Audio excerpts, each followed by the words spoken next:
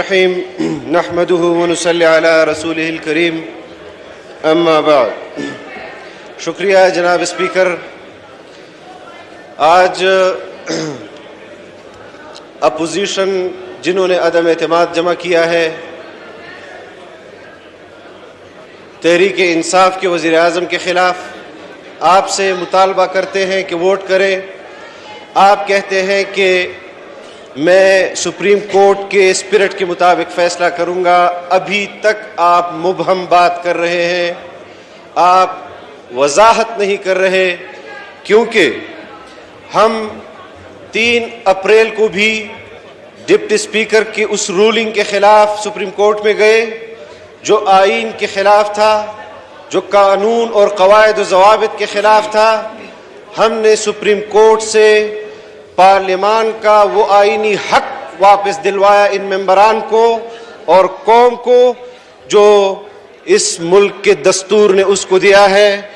آپ نے 3 اپریل کو بھی خط کا بہانہ بنایا اور اس خط کی بنیاد پر عدم اعتماد کو خارج کیا.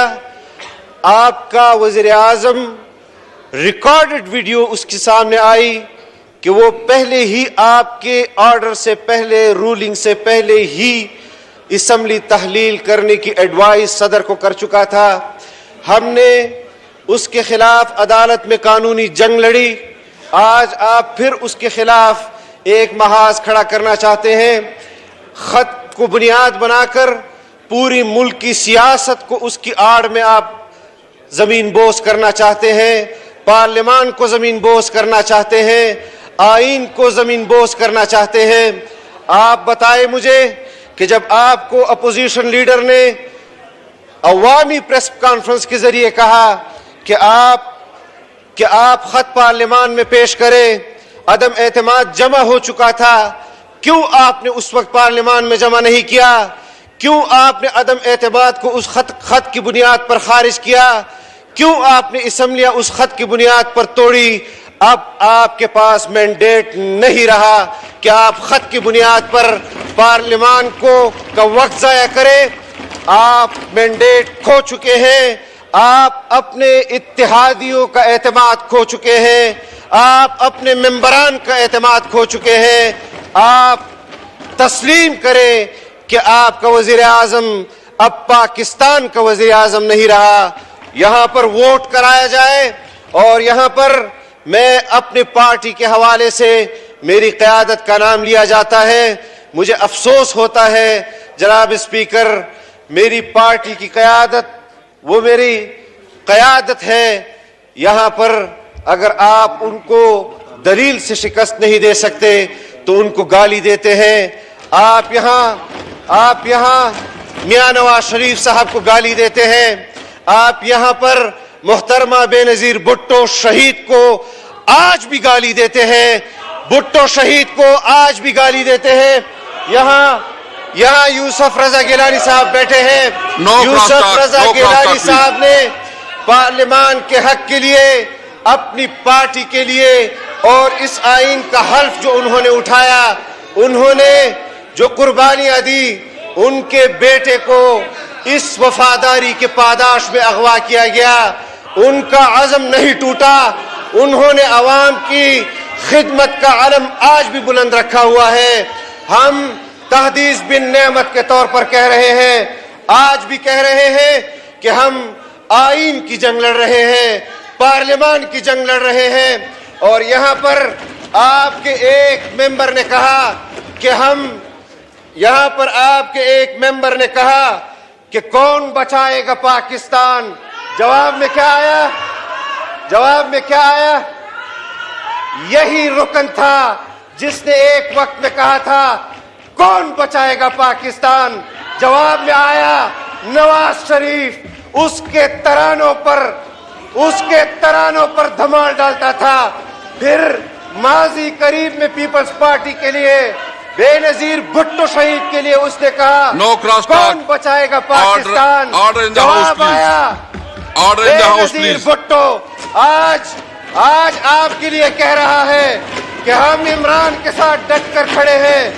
میں نے اس وقت بھی کہا تھا کہ تم صرف اپنے مفادات کے ساتھ کھڑے ہو.